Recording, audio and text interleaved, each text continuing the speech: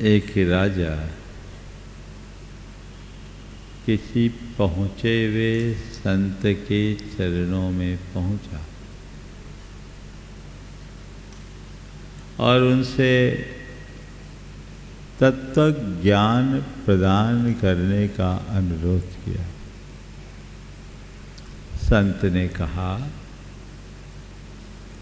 तत्वोपदेश दूंगा पर यहाँ नहीं, तुम्हारे राजमहल में, और कर की भिक्षा भी मैं तुम्हारे राजमहल में ही ग्रहण करूँगा। राजा फूला न समाया। एक तो तत्वोपदेश सुनने का सौभाग्य, और दूसरी बात इतने बड़े संत के आतिथ्य का अलभ्य अवसर। समय पर संत पहुँचे। राजा ने उनसे भिक्षा ग्रहण करने का अनुरोध किया। संत ने कहा, भिक्षा तो मैं लूँगा, पर मेरा एक नियम है, मैं कोई एक ही वस्तु लूँगा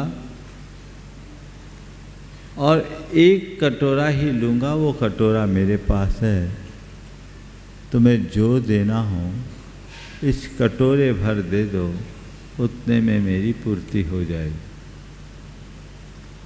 राजा ने खीर बनवाई थी और बड़े उमंगों से भरकर खीर संत के कटोरे में डाला। लेकिन यह क्या, पूरी खीर उड़ेल दी गई पर कटोरा नहीं भरा। राजा पसीना पसीना, उसकी हालत खराब। बात क्या है, ये कटोरा भर क्यों नहीं रहा है? उसने दोबारा और तिबारा खीर बनवाकर उस कटोरे में परोसा, लेकिन कटोरा भर नहीं पाया। अब राजा से रहा नहीं गया, फौरन चरणों में गिरा और कहा, गुरुदेव अपराध क्षमा हो, ये कटोरा क्यों नहीं भर रहा है? ये कटोरा कब भरेगा? ये किस धातु का बना है? संत ने कहा, राजन ये कटोरा कभी नहीं भरेगा, ये कटोरा कभी नहीं भरेगा। राजा ने पूछा, महाराज ये कटोरा किस धातु का बना है? संत ने कहा, राजन ये कटोरा किसी धातु का नहीं, ये मनुष्य के मन का कटोरा है। धातु का कटोरा भर सकता है पर मन का कटोरा नहीं भर सकता। जीवन की बहुत बड़ी सच्चाई इसमें छिपी है। थोड़ा अपने अंतर उतर के देखिए। जब से होश संभाला तब से उसी कटोरे को तो भरने का प्रयास कर रहे हैं, पर भरा क्या? बोलो, नहीं नहीं। केवल इस जन्म में नहीं, अनंत जन्मों से हम उसी कटोरे को भरने का प्रयास करते रहे हैं, लेकिन ये कटोरा भर नहीं पाया, क्योंकि इसकी पेंदी में छेद है। इसे भरने का जो जो प्रयास किया जाता है, त्यों तो इसकी प्यास बढ़ते जाती है, और इसी प्यास को नियंत्रित करने का नाम है शौच धर्म। प्रकर्ष प्राप्त लोभात निर्वृत्ति शौचम। प्रकर्ष प्राप्त लोभात निर्वृत्ति शौचम। लोभ से निर्वृत्ति का नाम शौच नहीं है। हीनाधिक रूप में लोभ तो सबके मन में पाया जाता है। अभी मैं यहाँ आया हूँ ना, तो लोभ से भरकर ही आया हूँ, और आप लोग भी यहाँ आए हो तो लोभ से प्रेरित होकर के आए हो कि नहीं? आप क्या लोभ लेकर आए? महाराज के सानिध्य में 10 दिन अच्छा धर्म लाभ मिलेगा। और मुझे क्या लोभ है, आप लोग सच्चे धर्म की राह पकड़ोगे, यही है लोभ। ये लोभ साधारण है, ये लोभ हो इसका निषेध नहीं, लेकिन क्या कहा, प्रकर्ष प्राप्त लोभात्, लोभ की तीव्रता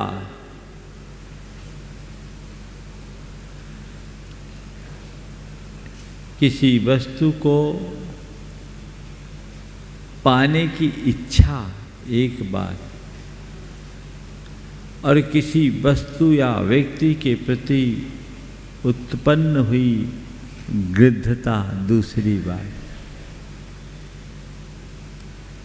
आचार्य कुंदकुंद ने शौच धर्म की बड़ी व्यवहारिक व्याख्या की। सम संतोष जलेन जो धो अदि तिब्ब लोह मल पुंजम, सम संतोष जलेन जो धोवदि तिब्ब लोह मल पुंजम, भोजन गिद्धि विहीनो तस् चौथो हवे शौचम। सम संतोष रूपी जल के द्वारा जो तीव्र लोभ के मल को धोता है, जो धोवदि तिब्ब लोह मल पुंजम, किससे धो रहे?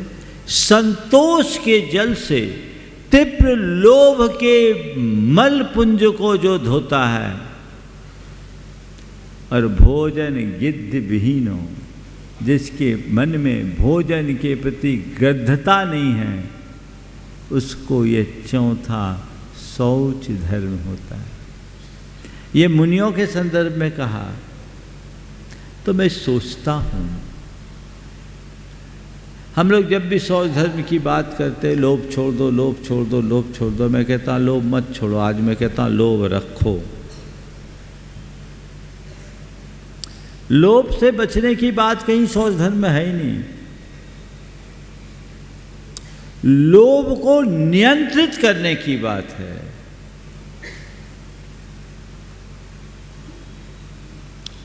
लोभ को सही दिशा देने की बात है।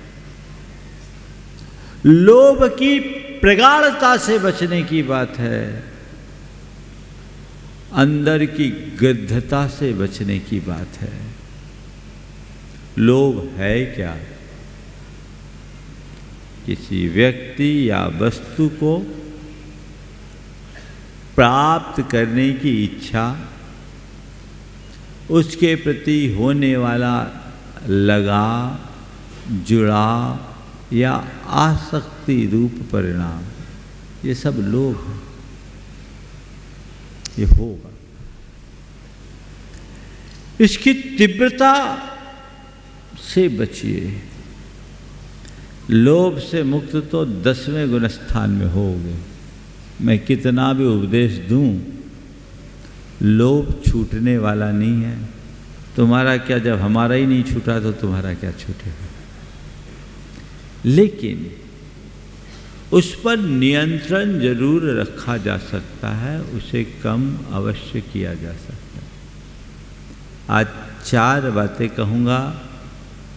अगर लोभ को हम अपने मन की इच्छा माने लें तो हम अपनी इच्छा को 4 भागों में विभाजित कर सकते हैं। एक इच्छा, दूसरी अनिच्छा, बीच में शुभेच्छा, सदेच्छा और असद इच्छा। चारों में इच्छा है। इच्छा से अनिच्छा की ओर जानना है और उसमें क्रम है अशुभ इच्छा से बचकर शुभ इच्छा को अपनाना है। अब आप देखिए आपके मन में इच्छाएं हैं कि नहीं। महाराज अनंत है।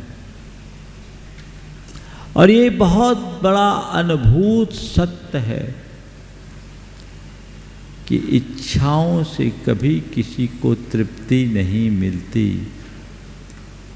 हम इच्छाओं की पूर्ति का जो जो प्रयत्न करते हैं त्यों त्यों वो बढ़ती जाती है। आप लोग गुरुदेव की पूजा में ये पंक्तियाँ दोहराते हो, तृष्णा को जितनी तृप्त करे उतनी बढ़ती इच्छा ज्वाला। ये हर किसी के जीवन का अनुभव है कि नहीं, है ना। पर मन में इच्छाएं होती है, हर कोई उसको पूर्ण करने का प्रयत्न करता है। भगवान महावीर कहते हैं सुवर्ण रूपस्वी पव्वया होय अनंतया नरस लुद्धस न तेहि किंचि इच्छाहु आगास समा अनंतया। यदि किसी मनुष्य के लिए सोने चांदी के अनंत पर्वत भी मिल जाए, कैलाश पर्वत के समान, सुवर्ण रूपस्व पव्वया होई कैलाश समा अनंतया। एक दो पर्वत नहीं, कैसे पर्वत? अनंत। और कौन से पर्वत? कैलाश पर्वत जैसे उच्च अनंत पर्वत सोने चांदी के भी हो जाए तो भी लुद्धस नरस न तेहि किंची। लोभी मनुष्य को उससे कोई संतुष्टि नहीं मिलती, क्योंकि इच्छा हो आगास समा अनंतया। इच्छा आकाश के समान अनंत होती, उसे जितना जितना पूर्ण करने का प्रयत्न किया जाता है उतनी उतनी वो बढ़ते जाती है। दूर क्षितिज की ओर दृष्टि जाती है तो ऐसा प्रतीत होता है कि 2-4 मील दूर जाएंगे और धरती और आकाश से सटे उस स्थान का स्पर्श कर लेंगे, लगता है। लेकिन दुनिया के किसी कोने में ऐसा दिखा क्या जहां धरती और आसमान मिलकर एक हुए हैं? नहीं है। पर इच्छा मनुष्य को तृष्णा में उलझा देती है और तृष्णा से पीड़ित मनुष्य पूरे जीवन एक प्रकार की मृग मरीचिका में दौड़ता है। वो एक ऐसी भ्रांत धारणा के साथ जीता है जिसमें केवल आपाधापी भागम भाग है, केवल भटकाव है, ठहराव नहीं। जो इस सत्य को जानता है वही इस पर लगाम लगाने में समर्थ हो पाता है। तो अपने जीवन में उस परम सत्य को उद्घाटित करने की आवश्यकता है। अपने मन की इच्छा का विश्लेषण करें। जैसे जैसे हम पाते जाते हैं वैसे वैसे हमारे मन की चाह भी बढ़ते जाती है। जहाँ लाहो तहाँ लोहो, लोहो लाहे न बढ़ई। जैसे जैसे लाभ होता है वैसे वैसे लोभ बढ़ता जाता है, लोभ लाभ से बढ़ता है। लोभ लाभ से बढ़ता, इस सच को समझते हुए अपने लोभ पर अंकुश लाना। इच्छा है पर मुझे देखना है कि मेरी इच्छा कैसी है और मेरी इच्छा कितनी है। मेरी इच्छा यदि मेरे जरूरतों के अनुरूप है तो मैं उसे एक अपेक्षा से सद इच्छा के अनुरूप मानूंगा, पर मेरी इच्छा मेरी ज़रूरतों के लायक नहीं है, तो वह अनावश्यक है, वो असद इच्छा है। मेरी इच्छा मेरे हित का कारण है, तो वो सद इच्छा है, और मेरी इच्छा यदि अहित का कारण है तो असद इच्छा। मेरी इच्छा यदि पूर्ति के लायक है तो सद इच्छा है, और मेरी इच्छा जिसकी पूर्ति असंभव जैसी है तो असद इच्छा है। मेरी इच्छा संतुष्टि देने वाली है तो सद इच्छा है, और मेरी इच्छा असंतुष्टि देने वाली है तो असद इच्छा। अपनी इच्छाओं का विश्लेषण करें। सबसे पहले आप सब अपने मन की इच्छाओं को देखिए। आपकी इच्छा आपकी ज़रूरतों के अनुकूल है या ज़रूरतों से बाहर? हर कोई बहुत कुछ चाहता है। आप थोड़ी देर के लिए आंख बंद कीजिए। आप अपने जीवन में क्या क्या चाहते हैं? आंखें बंद कीजिए और कोई 5 इच्छा को देखिए। आपके मन में कौन सी 5 इच्छाएं आ रही है?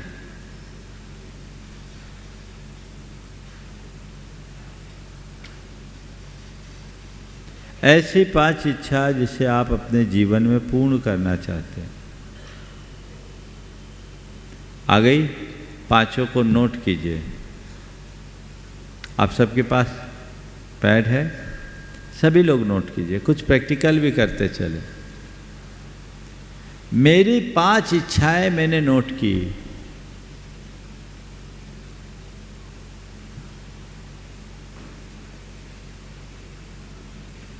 इससे आपका टेस्ट होगा, आपकी दिशा तय होगी। आप अपने आप को समझ सकेंगे कि मेरा डायरेक्शन क्या है। वही लिखना जो अंदर से आया। सबको लिखना चाहिए। सबके पास पैड है, सबके पास पेन है। अपने आप को जांचने परखने का काम भी कभी कभी कर लेना चाहिए।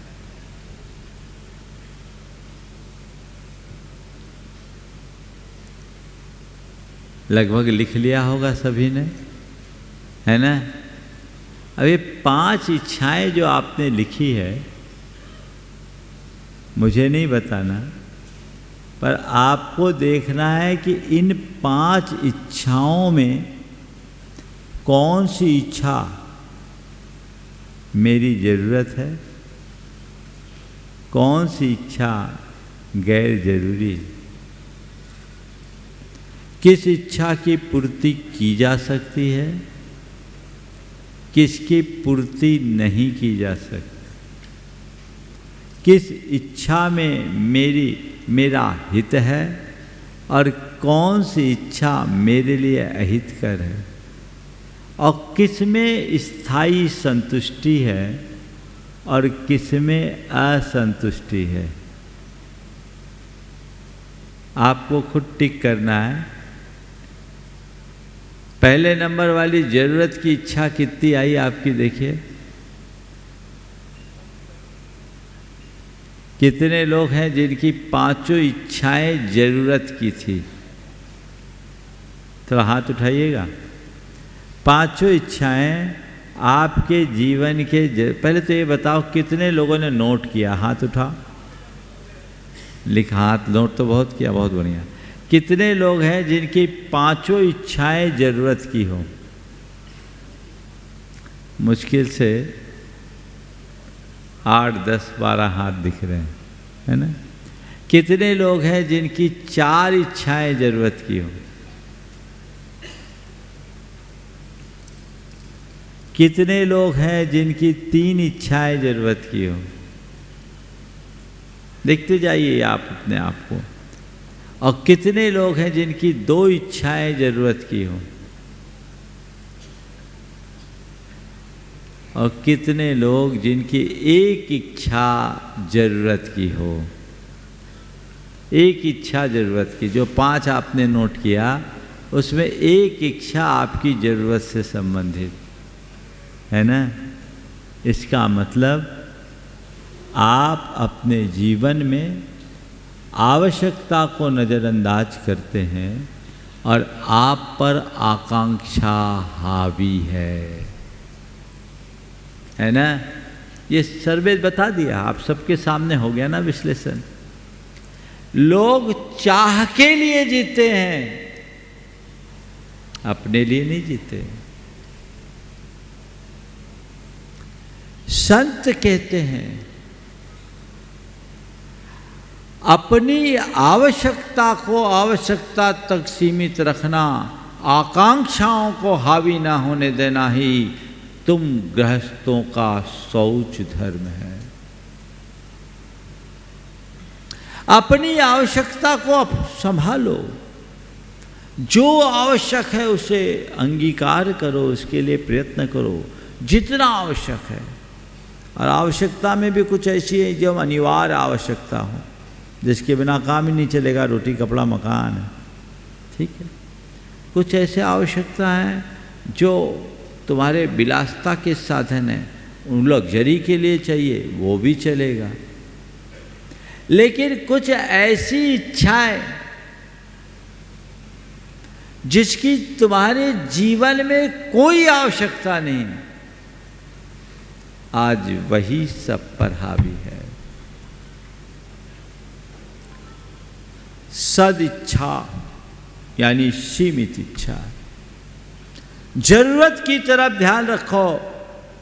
जो गैर जरूरी काम है, जो गैर जरूरी बात है, उस तरफ अपना ध्यान न रखो।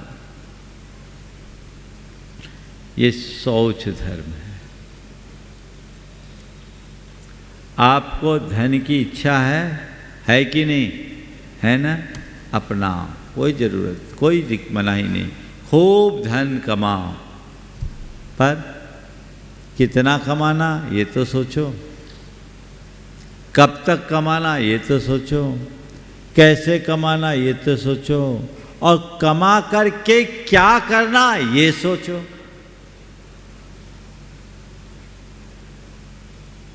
कितना कमाना, कब तक कमाना, कैसे कमाना, किस लिए कमाना, इस पर विचार करो।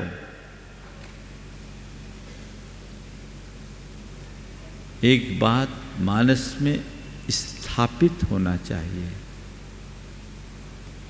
कि धन, पैसा और दुनिया की चीजें जीवन निर्वाह के साधन हैं, साध्य नहीं।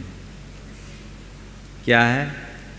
साधन है, साध्य नहीं। इनके माध्यम से जीवन के जरूरतों की पूर्ति होती, और अपने जरूरतों की पूर्ति के लिए इन्हें कमाना अच्छी बात है, लेकिन पूरा जीवन इनको कमाने में ही खपा देना कहाँ की समझदारी। आज क्या हो रहा है? यही हो रहा है। कबीर दास ने लिखा, बेढ़ा दीनों खेत को, बेढ़ा खेती खाए, 3 लोक संशय पड़ा, कहा करूं समझाए। खेत के फसल के सुरक्षा के लिए खेत में चारों तरफ बाड़ लगाया जाता, बाड़ लगाई जाती है किस लिए? कि खेत की फसल सुरक्षित रहे।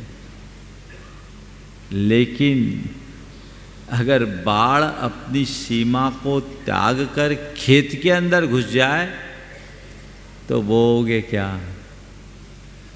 जब तक तुम अपनी आवश्यकता के भीतर जी रहे हो तो समझना तुम्हारी बाढ़ बाढ़ में है और खेत खेत है।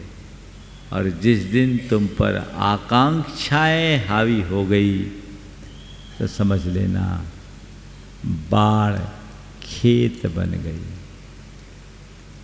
धन संपत्ति को जीवन निर्वाह का साधन मानना साध्य नहीं।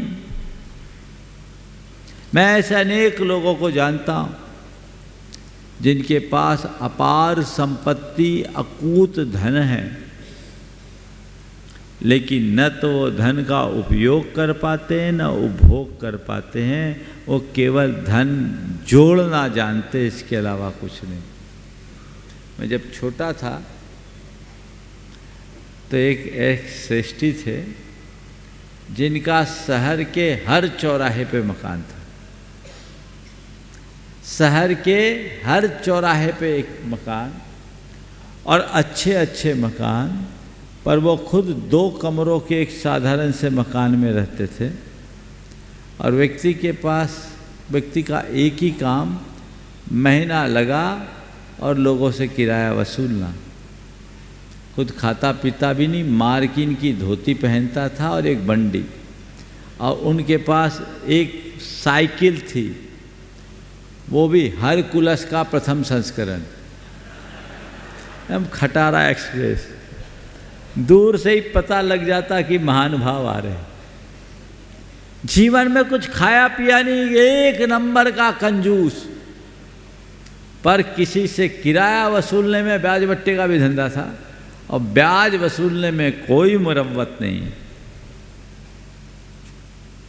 आज जब उस व्यक्ति की छवि सामने आती है तो लगता है इस व्यक्ति की बाढ़ ही खेत बन गई। जीवन का पूरा बंटाधार। अपने अंदर उतर करके देखिए, आवश्यकता को आकांक्षा मत बनने दीजिए। अपनी इच्छाओं की, आकांक्षाओं की तासीर को पहचानिए। क्या क्या इच्छा है? सब लोग चाहते हैं कि हम अशोक पाटनी बन जाएं। अशोक जी पाटनी भी यही चाहते होंगे कि पूरी समाज मेरे जैसे बन जाए। अच्छी बात है, बन जाओ, बन जाओ। पर भाई, अशोक पाटनी बनने की जब तुम शुरुआत करना चाहते हो तो अपनी भूमिका के अनुरूप है उतना तो काम करो। आज तुम जिस भूमिका में हो उस भूमिका के अनुरूप काम करोगे तभी आगे बढ़ोगे। अशोक जी पाटनी ने अपने जीवन में एक ही उसूल बनाया, एक साथ 10 जगह दिमाग कभी नहीं लगाया। कभी उनसे बात करो तो उनसे सुनना, उनने दिमाग एक ही जगह लगाया, और जो करना है मन से करना है, डूब के करना है। एक सादे सब सदे, 10 सादे सब जाए। जब उन्होंने अभी कुछ दिन पहले ही चर्चा में बताया, मोरवड़ की माइंस चालू की तो छोटी छोटी कितनी माइंस है, 20 माइंस बंद की 1 सेकेंड में। चालू माइंस है, बोले नहीं हमको ज़्यादा लालच नहीं करना, एक को संभालेंगे। एक सादे सब सदे, सब सादे सब जाए, और रनिंग माइंस को छोड़ा। लालच करते तो जकड़ जाते। आप लोग क्या करते हो? ध्यान रखने की बात है, मनुष्य अपने विचारों से ही ऊंचा बनता है, और मनुष्य के विचार ही उसे नीचा गिराते हैं। अपने भाव और विचारों की दिशा को ठीक बनाइए। धन कमाने की इच्छा है, रखिए, पर अपनी स्थिति भी देखिए। कुछ लोग ऐसा मानते हैं कि जिसके पास जितना धन होता है वो उतना लोभी होता है, जबकि ये बात हकीकत नहीं है। धन की विपुलता लोभ की पहचान नहीं, धन की प्रचुरता लोभ नहीं है, धन की आसक्ति लोभ का प्रतिमान है। तुम्हारे पास विपुल धन हो और मन उदार हो तो आपको लोभी नहीं, आपको अशोक पाटनी जैसे उदार दिल के रूप में जाना जाएगा। और अल्पधनी हो, हैसियत कुछ नहीं हो, और आसक्ति ऐसी कि चमड़ी जाए पर दमड़ी न जाए, आप लोभी व्यक्ति की श्रेणी में आओगे। लोभी और उदार में एक अंतर होता है। लोभी धनांध होता है और उदार धनाढ्य होता है। मैं आपसे कहता हूं धनाढ्य बनो, धनांध नहीं। धनाढ्य बनने का मतलब पर्याप्त पैसा हो पर उसका सदव्यय करे, उसमें आसक्ति न रखे, उसे अपने जीवन में नीचे स्तर पर रखे, पैसे को अपने ऊपर हावी ना होने दे, पैसे के ऊपर हावी रहे। धनाढ्य व्यक्ति की यही पहचान होती है।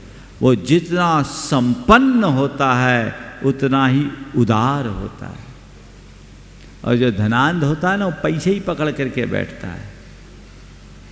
उसको पैसे का अभिमान भी होता है और पैसे की आसक्ति भी होती है। एक पाई इधर से उधर नहीं निकाल पाता। ये प्रकर्ष प्राप्त लोभ से ग्रसित लोग हैं। उनके अंतरंग में शौच धर्म कभी नहीं पनप सकता, और इस शुचिता के अभाव में उनके जीवन में कभी पवित्रता भी नहीं आ सकती। सब प्रकार के दुर्गुण और दुर्बलताओं से ऐसे लोग ग्रसित रहते हैं। इसलिए पैसा कमाने की इच्छा है, कमाइए। कितना कमाए, किस लिए कमाए, कब तक कमाए, और कैसे कमाए, इन सब बातों पर विचार करते हुए चलिए और एक सिद्धांत बनाइए कि मुझे पैसे को अपने ऊपर हावी नहीं होने देना है। जड़ धन से ऊंचा जीवन धन है। जीवन के लिए पैसा है, पैसे के लिए जीवन नहीं है। आप कभी इस विषय पर विचार कर पाते, सोच पाते, या अंतहीन दौड़ में दौड़ते रहते? कई लोग हैं जिनके जीवन का एक ही मकसद है, हाय पैसा, हाय पैसा, हाय पैसा। समय ही नहीं, व्यापार धंधा और बाकी चीजों पर कोई ध्यान ही नहीं। ये तो एक प्रकार की जकड़न है।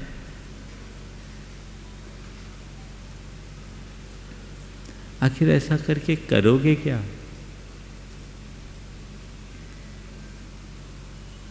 एक बड़े उद्यमी के बेटे ने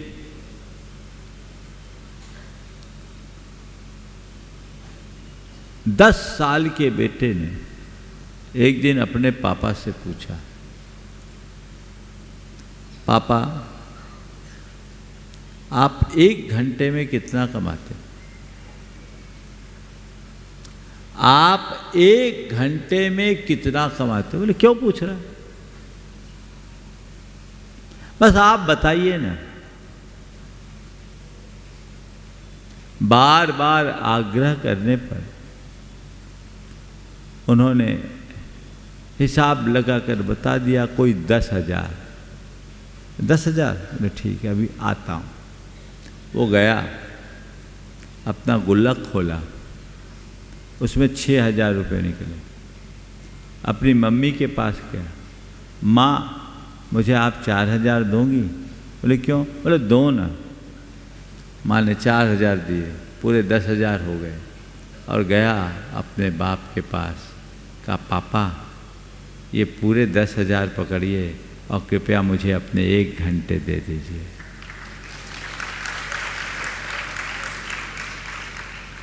अब बताओ, जिस व्यक्ति के पास व्यापार के आगे अपने बच्चों के लिए, अपने पत्नी के लिए, अपने परिवार के लिए और खुद के लिए वक्त नहीं है, उसकी बाढ़ खेत बनी कि नहीं बनी? बोलो। उसकी आवश्यकता के ऊपर आकांक्षा हावी हुई कि नहीं हुई? उसने साधन कोई साध्य बनाया कि नहीं बनाया? उसके जीवन की दिशा बिगड़ी कि नहीं बिगड़ी? बोलो।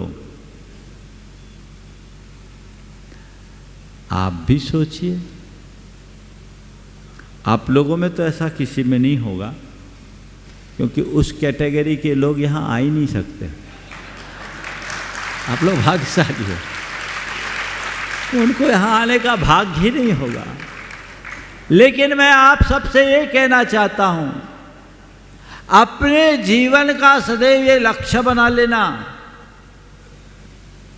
और एक और आप सबको सलाह देना चाहूँगा। कई बार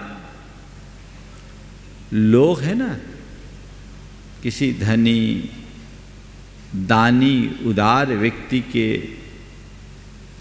व्यवहार को देखकर उनसे प्रेरित होते हैं, दान धर्म करने के लिए उत्साहित होते हैं, लेकिन उसके साथ साथ उनके मन में ये भी भाव आ जाता है, काश मेरे पास भी इतना पैसा हो तो मैं भी दोनों हाथों से लुटाऊं। होता है ना? मैं आपसे कहता हूं, सावधान हो जाना। दान देने का भाव तो जरूर करना, पर उतना पैसा पाने का भाव मत करना, क्योंकि पैसे का साइड इफेक्ट बहुत खतरनाक होता है। पैसे का साइड इफेक्ट बड़ा खतरनाक होता है। अभी तुम्हारे मन में दान देने का भाव है, पैसा आ जाएगा तो भाव घट जाएगा,